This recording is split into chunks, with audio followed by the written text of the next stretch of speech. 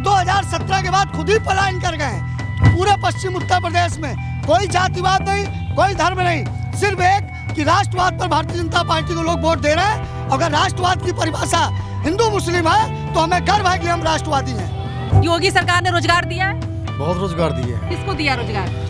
नौजवानों को दिया जिनको रोजगार की जरूरत, और जिनको रोजगार मिले, जिनको रोजगार की जरूरत नहीं, उनको केवल भाषण देना है, वो भाषण देते रहेंगे। कांग्रेस तो लड़की हूँ लड़ सकती हूँ इस अभियान के साथ आ रही, उन्नाव की रेप विक्टिम की मदर को उन्होंने टिकट दे दिया। उनका तो जो लड़की उनका जो पोस्टर गर्ल थी वो उन्होंने कांग्रेस का साथ छोड़ दिया, तो इससे ज्यादा इससे हास्यास्पद क्या हो सकता है। उनका नारा तो वही विफल हो गया, जिनको वो लेके आए थे वही भारतीय जनता पार्टी की नीतियों से प्रभावित होकर शामिल हो गए भारतीय जनता पार्टी में। 4.5 लाख सरकारी भर्तियां और 1 करोड़ से ऊपर नौजवानों को इस उत्तर प्रदेश की धरती पर रोजगार देने का काम पूज्य योगी आदित्यनाथ जी महाराज ने किया। नमस्कार, आप देख रहे हैं MCD न्यूज़ और जनता का मूड जानने का हमारा सिलसिला जारी है। इसमें हम कानपुर शहर के सीसामऊ विधानसभा क्षेत्र में मेरे साथ बहुत सारे बीजेपी के कार्यकर्ता भी हैं, आम लोग भी हैं। हम उनसे जानने की कोशिश करेंगे क्या मूड है जनता का। जनता इस समय बीजेपी की लहर है, किसको वोट देने जा रही, किसकी सरकार बनने जा रही, ये हम जानने की कोशिश कर रहे हैं। मेरे साथ है भाजपा के कानपुर बुंदेलखंड क्षेत्र के मीडिया प्रभारी अनूप अवस्थी जी। अनूप जी, किसकी सरकार बनने जा रही है? नहीं, निश्चित तौर पर सरकार, जो हम बात बोल रहे हैं कि राष्ट्रभक्त हम लोग हैं, तो निश्चित तौर पर राष्ट्रभक्तों की सरकार बनने जा रही है। और जैसा आप देख रहे हैं पूरे उत्तर प्रदेश के अंदर किस तरीके से भगवा लहरा रहा है, तो इसमें कोई पूछने की जरूरत नहीं किसकी सरकार बनने जा रही है। योगी जी फिर मुख्यमंत्री होने जा रहे हैं। अनूप जी, जब चुनाव प्रचार एकदम चरम पे पहुंच गया है, बात सब जगह बस वो हिंदू मुस्लिम, जैसे भी आपने कह दिया राष्ट्रभक्त सरकार बनने जा रही है, भगवा लहरा रहा है, ये हिंदू मुस्लिम ही हो रहा है। तमाम जो रोजगार का मसला है, किसानों की समस्या है, आम लोगों की समस्या, क्या ये मुद्दा नहीं है? नहीं, निश्चित तौर पर हिंदू मुस्लिम हम नहीं कर रहे हैं। हिंदू मुस्लिम करने वाले लोग आपको पता है कौन है, और वो लगातार जब ये बोलेंगे कि हमको एक वर्ग का वोट चाहिए, तो निश्चित तौर पे है कि जो देश के राष्ट्रभक्त लोग हैं, और राष्ट्रभक्त की परिभाषा आप हिंदू मुस्लिम से कैसे कर सकती हैं? राष्ट्रभक्त तो मुस्लिम भी हो सकता है। और रही बात किसानों की, बेरोजगारों की, आपने देखा होगा किस तरीके से प्रधानमंत्री जी नरेंद्र मोदी ने अपने नेतृत्व काल में जो सरकार चली, किसानों के लिए एक बहुत बड़ा कानून लाए। किसानों ने कहा कि इस कानून से हमको फ़ायदा नहीं है, बहुत दिनों तक उन्होंने आंदोलन चलाया, और हम गौरव महसूस करते हैं कि हम भारतीय जनता पार्टी के कार्यकर्ता हैं। जिस तरीके से प्रधानमंत्री नरेंद्र मोदी ने उन काले कानून, जिसको किसान बता रहे थे, जब उन्होंने देखा कि देश हित में कानून वापस लेना ही ठीक है, तो हम जैसा कह रहे हैं, हम राष्ट्रभक्त लोग हैं, हम देश हित के साथ हरदम रहते हैं, देश हित की विचारधारा से जुड़े रहते हैं, राष्ट्र की विचारधारा से जुड़े रहते हैं। और आपने देखा होगा हमने उन कानून को वापस लेने के साथ साथ कि किसान हमारा संपन्न रहे, किसान खुशहाल रहे, उन कानून को वापस किया। और प्रधानमंत्री जी की विनम्रता देखिए कि उन्होंने देश के किसानों से माफ़ी मांगने का काम किया, दिल्ली के लाल चौक से, लाल किले से। इससे बड़ा सौभाग्य देश का क्या हो सकता है? नहीं, माफ़ी मांगने के मुद्दा देखिए, अभी जो हम देख रहे हैं प्रचार चल रहा है, और वेस्ट यूपी में जिस तरह से पूरी बीजेपी के स्टार कैंपेनर ने अपनी ताकत झोंक दी, लगता है कि किसान नाराज है। 1 साल तक आंदोलन करना पड़ा, आप माफ़ी मांग रहे हैं, कानून वापस ले रहे हैं, इसका मतलब कहीं कोई गलती हुई थी ना? नहीं, गलती नहीं हुई। देखिए, गलती इसलिए नहीं कही जा सकती कि हम एक कानून लाए जो देश के किसानों की संपन्नता को दर्शाता था। इस देश को आज़ाद हुए 70 साल हो गए, हम लोग अमृत महोत्सव मनाने जा रहे हैं 75वें वर्ष का, आप 73वें वर्ष में प्रवेश कर चुके हैं। और आपने देखा होगा कि किसानों की आय 2 गुनी हो, किसान का सम्मान मिले। इस देश की आज़ादी के बाद मैं बहुत दावे से कहता हूँ कि इस देश की आज़ादी के बाद किसानों के सम्मान की रक्षा करने का काम अगर किसी ने किया है तो 2014 से नरेंद्र मोदी जी ने, और आप देखिए 2017 में योगी जी की सरकार बनी, और किसानों के लिए जिस तरीके से हम लोग जन कल्याणकारी योजनाएं लाए, चाहे किसान सम्मान निधि का मामला हो, किसान बीमा का मामला हो, किसान फसल बीमा का योजना का मामला रहा हो, कितने भी हो। और जिन किसानों के खातों में, बहुत से ऐसे किसान हैं जो आप देखते होंगे फांसी लगा लेते थे, किसान स्वाभिमानी होता है, उनके लिए सम्मान निधि। और तो और छोड़िए, अगर किसी के पास 3 एकड़ तक ज़मीन है, मतलब अगर 1 बिस्वा भी ज़मीन है, तो उसको 6,000 रुपये साल में देने का काम इस योगी सरकार और नरेंद्र मोदी की सरकार ने किया है। उसको किसान देख रहे हैं, किसान कहीं भ्रमित नहीं है, और किसान भारतीय जनता पार्टी के साथ है। और आपने कहा कि हम पश्चिम में ज़्यादा जोर लगा रहे हैं, तो पश्चिम में जिस तरीके की घटनाएं, चाहे कैराना रहा हो, मुजफ्फरनगर रहा हो, जिस तरीके से एक वर्ग विशेष, और वर्ग विशेष छोड़िए, हिंदुओं के ऊपर जिस तरीके से अत्याचार हुए हैं 2017 से पूर्व, वो निश्चित तौर पर, और ये समाजवादी पार्टी नहीं, ये हम लोग बार बार कहते हैं, ये तमंचावादी पार्टी है और इस तमंचावादी पार्टी को उत्तर प्रदेश की जनता बर्दाश्त नहीं करेगी। अच्छा, आपने अगर किसानों के लिए इतना कुछ किया है तो अब ऐन वक्त पे आपको फिर वही दंगा, कैराना, मुजफ्फरनगर, आप दंगों को क्यों याद दिलवाना पड़ रहा है? नहीं, हम नहीं याद दिला रहे हैं। जहाँ जहाँ भी हमारे स्टार प्रचारक जा रहे हैं, आपने देखा होगा कि 2017 से पहले मुजफ्फरनगर, कैराना, शामली यहाँ पर पलायन होता था। अब जो लोग पलायन कराते हैं वो 2017 के बाद खुद ही पलायन कर गए। तो जो लोग खुद पलायन कर गए, ये पलायन किए रहे। और यही कारण है कि पूरे पश्चिम उत्तर प्रदेश में कोई जातिवाद नहीं, कोई धर्म नहीं, सिर्फ एक कि राष्ट्रवाद पर भारतीय जनता पार्टी को लोग वोट दे रहे हैं। अगर राष्ट्रवाद की परिभाषा हिंदू मुस्लिम है तो हमें गर्व है कि हम राष्ट्रवादी हैं। अगर किसानों की आय आपने कहा दोगुना करना बहुत बड़ा मुद्दा था, लेकिन आय तो दोगुनी हुई नहीं। निश्चित तौर पर आपने देखा होगा एमएसपी के जरिए हमने किस तरीके खरीफ और रबी की फसलों पे जिस तरीके से एमएसपी दी और किसानों को उसका लाभ मिला। और आगे भी अगर ये कानून किसान समझ जाते, हम ये मानते हैं कि हम इस कानून को समझाने में हमारे कार्यकर्ता विफल रहे और यही कारण है किसान टटा रहा।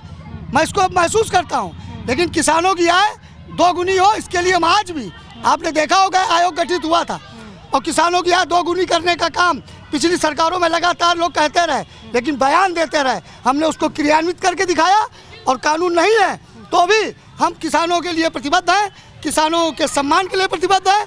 हम किसानों के लिए जो कुछ करता बनेगा, 2022 में जब योगी जी के नेतृत्व में सरकार बनेगी, चाहे गन्ना किसान हो या रबी और खरीफ फसल का किसान हो, उसकी आय दोगुना करने के लिए संकल्पबद्ध है और उसको करेंगे। अच्छा, अब मैं शहरी मुद्दों बात करूंगी, लेकिन एक सवाल जो आप किसानों की इतनी बात कर रहे हैं, लेकिन जब आंदोलन चल रहा था बीजेपी पे एक बहुत बड़ा आरोप है, और जो मैंने वेस्ट यूपी की बात की कि आपने किसानों को कह दिया ये बाहरी हैं, इसमें आतंकी घुसे हुए हैं। और आज भी जबकि आपने 3 कृषि कानून वापस ले लिए, राकेश टिकैत कह रहे हैं कि हम दोबारा खड़ा करेंगे क्योंकि आपने मिनिमम सपोर्ट प्राइस पर अभी बात नहीं बनी है, अभी बकाया लोगों का बाकी है भुगतान नहीं हो पाया है। तो किसानों को कल तक आप बाहरी आतंकी कह रहे थे, अब आपको उनका वोट चाहिए। निश्चित तौर पर आपने देखा होगा कि किसानों की जो भी मांगें थी वो एक नहीं 17 बार किसान नेताओं की बैठक हमारे केंद्रीय नेतृत्व के साथ हुई, लेकिन लगातार वो जिन मांगों को रखते रहे, जो हम उन मांगों को मानते रहे, तो फिर वो एक नई मांग जोड़ देते थे। ऐसे आंदोलन नहीं चलता है। और रही बात, आपने देखा होगा लाल किले पे चढ़ने वाले कौन लोग थे, ये सबने देखा है, पूरे देश की जनता ने देखा है। मैं सबको आतंकी नहीं कह रहा हूँ, किसान अन्नदाता है, किसान भगवान है। अगर किसान ना हो तो हम लोग पेट नहीं भर सकते हैं। टिकैत को क्या मानते हैं आप? नहीं, टिकैत निश्चित तौर पर राजनीतिक बात बोल रहा है। अगर किसान नहीं, उनको किसान नेता मानते हैं? अगर वो किसानों के लिए अच्छा सोचते तो आपने देखा होगा पॉलिटिकल बात ना करते। पहले भी तमाम किसान नेता रहे हैं, वो किसानों हित के लिए लड़ते हैं, उन्होंने कभी नहीं कहा। आपने देखा होगा कि महेंद्र सिंह टिकैत ने कहा कि बंगाल में हराएंगे, हम वहाँ हराएंगे, हम यूपी में हराएंगे। तो इसका मतलब वो किसी न किसी राजनीति से प्रेरित है, और राजनीति से प्रेरित वाले के साथ किसान नहीं रहने वाला। किसान भारतीय जनता पार्टी के साथ है, भारतीय जनता पार्टी की नीतियों से पूरी तरीके से सहमत है, भारतीय जनता पार्टी की नीतियों से प्रभावित है। जिसको सम्मान निधि मिल रही, जिसको जीवन फसल बीमा योजना मिल रही, और किसानों के लिए क्या किया इस देश में किस सरकार ने बताया आके खुले मंच पे मैं चैलेंज करता हूँ। जो काम हमने किसानों के लिए कर दिया वो देश की आज़ादी के बाद नहीं हुआ। चलिए, एक तो ये किसानों का मुद्दा था। अब आपने तो कैराना, मुजफ्फरनगर दंगे की बात कर दी, हिंदू मुस्लिम और राष्ट्रवाद की बात हो रही है। दूसरा जो अहम मुद्दा यूपी जैसे बड़े प्रदेश में रोजगार का, अखिलेश यादव लगातार रोजगार की बात कर रहे हैं। कांग्रेस ने कह दिया अगर हमारी सरकार बनती है हम तो आयोग गठित करेंगे, जितनी भी भर्तियों पर रोक लगी उनको उठाएंगे। बीजेपी रोजगार की बात क्यों नहीं कर रही है? दंगों की, कैराना की बात क्यों करनी पड़ रही है? 4.5 लाख समूह गाँव में हमने भर्तियाँ करी, और आपने देखा होगा जिस तरीके से उत्तर प्रदेश में एक विकास का मॉडल दिया और एक इंफ्रास्ट्रक्चर तैयार किया देश के युवाओं के लिए। तो आप रोजगार किसको कहती हैं? अगर हम 50,000 रुपये लोन दे रहे हैं तो उससे रोजगार करेगा, जब रोजगार करेगा तो 5 लोगों का पेट भरेगा, तो 5 लोगों का पेट भरेगा तो रोजगार यही तो है ना। आप लोन दे रोजगार की बात कर रहे हैं, वो तो भर्तियों की बात, किस भर्तियों की बात कर रहे हैं? ये भर्तियां किसके समय से लंबित थी? ये भर्तियां किसने रोकी थी? ये देश की जनता को मूर्ख बनाने का काम इन लोगों ने बहुत दिन कर लिया। हमने बहुत जिम्मेदारी से कह रहा हूँ, 4.5 लाख सरकारी भर्तियां और 1 करोड़ से ऊपर नौजवानों को इस उत्तर प्रदेश की धरती पर रोजगार देने का काम पूज्य योगी आदित्यनाथ जी महाराज ने किया है। अनूप जी बताइए, इस समय जो आपने रोजगार की बात की, अभी बताइए ये इलाहाबाद में जिस तरह से हॉस्टल में रोजगार मांग रहे स्टूडेंट्स को निकाल के पीटा गया, उस मामले को कैसे देखते हैं आप? निश्चित तौर पर वो कुछ फुटेज आए हैं टीवी और आपके माध्यम से पता लगा है, उसकी पूरी जांच हो रही है और जो दोषी है उसमें कुछ लोग पकड़े भी गए, कुछ उसमें जो अराजक लोग थे उनकी गिरफ्तारियां भी हुई हैं और बहुत कड़ाई से पूज्य योगी आदित्यनाथ जी महाराज ने इस पूरे प्रकरण की जांच के आदेश दिए हैं कि लाठीचार्ज क्यों हुआ और जो होगा उस जनता के सामने। नहीं, आप युवा नेता, एक बात बहुत बीजेपी पे आरोप लगता है, जो आंदोलन करे और जो विरोध करे उसको देशद्रोही ये कह के उसको पीट दो, पकड़ दो, जेल में डाल दो। नहीं, आंदोलन का एक तरीका होता है और आंदोलन, हम भी युवा हैं, हम भी छात्र नेता रहे, तमाम आंदोलन कानपुर की धरती पर किए, लेकिन आंदोलन का मतलब सरकारी चीज़ों को क्षतिग्रस्त करना नहीं होता। आंदोलन का एक तरीका होता है। हम यहीं पीपीएन कॉलेज के स्टूडेंट रहे हैं, यहीं से हमने अपनी डिग्री ली है और पीपीएन कॉलेज कानपुर का एक बहुत महत्वपूर्ण कॉलेज है, वहाँ पर रहे हैं, वहाँ भी आंदोलन किए, सड़क जाम किए, धरना किया है, प्रदर्शन किया है एक कानून के दायरे में। और हम ये मानते हैं कि देश के युवाओं को भी अगर सरकार अच्छा काम नहीं कर रही है उनको प्रदर्शन करना चाहिए, धरना करना चाहिए, जिससे सरकार जगे, इसको मैं मानता हूँ। लेकिन हम प्रदर्शन की आड़ में पत्थर फेंकें, मारें, मारपीट करें, कोई राहगीर जा रहा है उस पर चुटहिल हो जाए, तो ये आंदोलन का तरीका नहीं है। और मैंने कहा कि जो भी आंदोलन हुआ, लाठीचार्ज हुआ, उसकी निष्पक्ष जांच सरकार ने कर दी है, आपको ज्ञात होगी, जो भी होगा। आप कह रहे हैं राष्ट्रवाद पे सरकार बनने जा रही है, लेकिन विरोधियों को आप लोग राष्ट्र विरोधी साबित कर देते हैं। नहीं, हमने किसी को राष्ट्र विरोधी शामिल नहीं किया। क्या कारण है कि अगर एक कोई पब्लिक का व्यक्ति वंदे मातरम कहते हैं तो उसको कहते हैं भाजपाई है, जय श्री राम बोल दे तो ये भाजपाई है। तो हमें गर्व है कि इस देश में वंदे मातरम और भारत माता कहने पर अगर लोग भारतीय जनता पार्टी का कार्यकर्ता कहते हैं तो इसमें मुझे गर्व है। अच्छा, देखिए मेरे साथ और भी युवा हैं, मेरे हिसाब से रोजगार बहुत अहम मुद्दा है। बताइए, योगी सरकार ने रोजगार दिया है? बहुत रोजगार दिए हैं। किसको दिया रोजगार? नौजवानों को दिया, जिनको रोजगार की जरूरत, और जिनको रोजगार मिले, जिनको रोजगार की जरूरत नहीं, उनको केवल भाषण देना है, वो भाषण देते रहेंगे। हाँ। रोजगार युवाओं को मिला है और नई नई इंडस्ट्री लगी, उससे रोजगार मिला, 4.5 लाख लोगों को नौकरी मिली है। और जिनको रोजगार नहीं करना है वो केवल भाषण ही देते रहेंगे। अभी जो आरआरबी एनटीपीसी परीक्षा पे लेकर इतनी विवाद हुआ, बिहार में इतना बड़ा आंदोलन हुआ, कैसे देखते हैं इसको? ये आंदोलन कथाकथित कुछ नेताओं की देन है, इसमें छात्रों का उतना रोल नहीं है।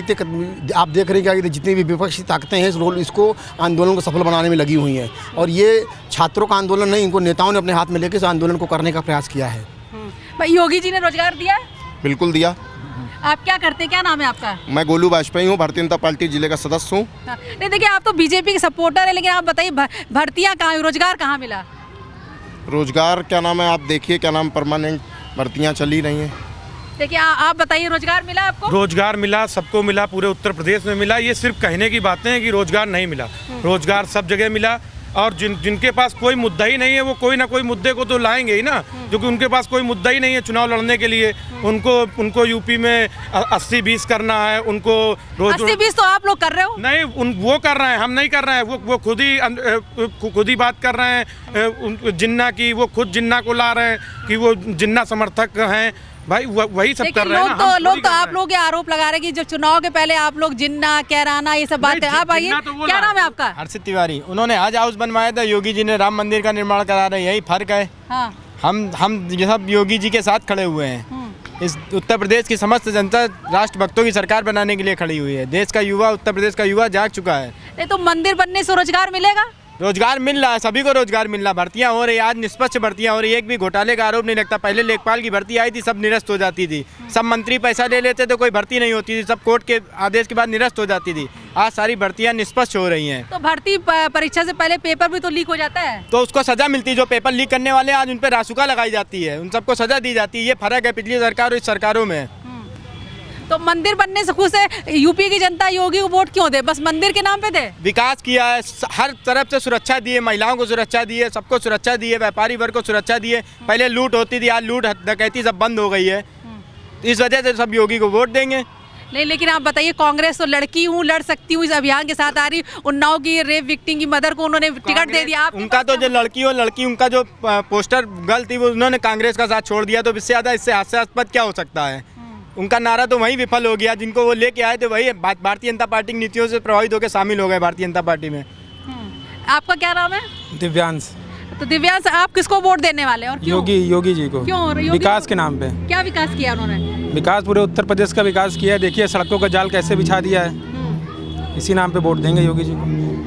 तो आपको रोजगार मिला है, नौकरियां मिली? रोजगार मुझको नहीं मिला है, मगर योगी जी के लघु उद्योग के माध्यम से मुझको 10 लाख रुपए का लोन मिला है। उसके माध्यम से मैंने अपनी इंडस्ट्री लगाई दादानगर में। हाँ। मैं अपना व्यापार कर रहा हूँ। अब मैं खुद ही 30 से 40 लोगों को रोजगार दे रहा हूँ। अच्छा। मुझको रोजगार की आवश्यकता नहीं है। चलिए आइए, आप तो काफी समझदार युवा लग रहे हैं। आप बताइए, आपने कब लोन लिया और कब इंडस्ट्री स्टार्ट की? मैंने 2019 में लोन लिया है स्टेट बैंक से, लाटूस रोड पे स्टेट बैंक, उससे लिया है। हाँ। और ये योगी जी की जो लघु उद्योग कोरोना के बाद जो ये स्थिति थी उसके बाद मैंने लोन लिया है। तो कितने लोगों को रोजगार, क्या फैक्ट्री है आपकी, क्या बना? यहाँ पापड़ बनता है। अच्छा, कितने लोगों को रोजगार दिया आपने? 40 लेबर हमारे यहाँ काम करती है। अच्छा, तो लोन अदा करने में, लोन लेने में कोई दिक्कत हुई आपको? कोई दिक्कत नहीं, किसी तरीके की कोई दिक्कत नहीं हुई। तो लेकिन ये बताइए, जो रोजगार का इतना बड़ा मुद्दा है, तमाम आंदोलन चल रहे हैं कि रोजगार नहीं हो रहा है, तो ऐसे युवाओं को क्या कहना? लोग कहते हैं सरकारी भर्तियाँ निकालिए, पोस्ट निकालिए। सरकारी भर्तियां भी निकली हैं, सरकारी भर्तियां हुई भी हैं इस सरकार में, मगर अब लोगों का जो विपक्षी ताकतें हैं उनका मेन मोटो है योगी और मोदी को घेरने का। किसी तरीके से योगी और मोदी को सत्ता से उतारे और दूसरी वो अपने सत्ता में वापस आके उत्तर प्रदेश में लूट घसोट का काम फिर चालू करें। इससे पहले जो भर्तियां होती थी उसमें सेटिंग गेटिंग हो जाती थी कि इस सीट में इतने लाख चलेगा, इतने लाख चलेगा। आज की डेट में कोई पैसा नहीं है, निष्पक्ष भर्ती हो रही है। जितनी भी पुलिस की भर्ती हुई, लेखपाल की भर्ती हुई, सब भर्तियाँ निष्पक्ष हुई हैं। 1 रुपये का किसी के ऊपर आरोप नहीं है। हमारे प्रधानमंत्री जी, माननीय मुख्यमंत्री जी के ऊपर 1 रुपये का भ्रष्टाचार नहीं है।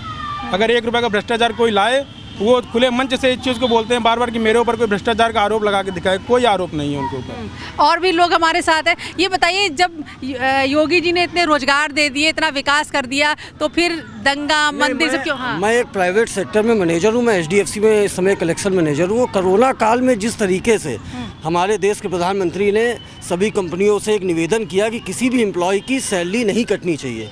हम लोगों ने 3 महीने घर में रहकर काम किया, लेकिन हमारी किसी भी प्राइवेट संस्थान ने किसी की भी सैलरी नहीं काटी। दूसरी आप बात अगर करें तो देश के प्रधानमंत्री ने अपने देश के युवाओं का, अपनी जनता का विश्व में नाम। आज जब हम इंडिया से बाहर जाते थे कांग्रेस की गवर्नमेंट में, तो हमारी चेकिंग किस स्तर से होती थी कि आप इंडिया से आए हैं। आज जब मैं इंडिया से बाहर जाता हूं तो वहां पे कहा जाता है इंडिया से हैं। तो फर्क साफ है कि मोदी जी ने क्या किया इस देश के लिए। क्या नाम है आपका? अनुज। हाँ अनुज, ये बताओ, आपने कहा कि कोरोना के दौरान सैलरी नहीं कटने दी, लेकिन अगर यूपी की बात करें, देखिए एक गाना भी आजकल बहुत चल रहा है, क्या कोरोना के दौरान इतनी ज़्यादा तबाही मची, गंगा में लाशें हुई, तैरती दिखाई दी, तमाम बीजेपी नेता घर से नहीं निकले। क्या आपने ऐसा देखा? किस इलाके में रहते हैं आप? मैं यही रायपुरवा में रहता हूँ। तो आपने बीजेपी नेताओं ने क्या उस कोरोना के दौरान मदद की? रसोइयाँ चलाई हैं, बीजेपी नेताओं ने रसोइयाँ चलाई हैं। देखिए अस्पतालों में जगह नहीं मिली। अस्पतालों में जगह तो हमारे देश के प्रधानमंत्री ने भी तो कहा आप घर में भी क्वारंटीन हो सकते हैं। मैं कोरोना पॉजिटिव था। कोरोना पॉजिटिव रिपोर्ट आने के बाद मेरे पास इतनी कॉलें आई स्वास्थ्य विभाग से कि आपको दवाइयाँ मिल रही हैं कि नहीं मिल रही हैं, आपको ऑक्सीजन सिलेंडर मिल रहा है कि नहीं मिल रहा है। तो जब वो सुविधा मुझे घर में मिल रही है तो मुझे अस्पताल की क्या ज़रूरत है? नहीं तो गंगा में लाशें क्यों बहानी पड़ी? वो तो मुद्दा होता है। अभी वो कहेंगे कि वो जो नौकरियां दे रहे हैं वो प्राइवेट सेक्टर में दे रहे हैं। युवाओं को नौकरियां चाहिए आज की डेट में। आज की डेट में प्राइवेट और गवर्नमेंट में क्या अंतर रह गया? आज की डेट में गवर्नमेंट की भी तनख्वाह 70,000 होती है और प्राइवेट में जो अच्छा वर्कर होता है उसकी भी तनख्वाह 70,000 होती है। गवर्नमेंट में भी PF कटता है और प्राइवेट में भी PF कटता है। तो वो तो कहने की बात है, कुछ भी हो तो कहेंगे कल मुर्दे जो है सड़क में लौट रहे थे, तो वो कुछ नहीं कहा जा सकता। बिल्कुल।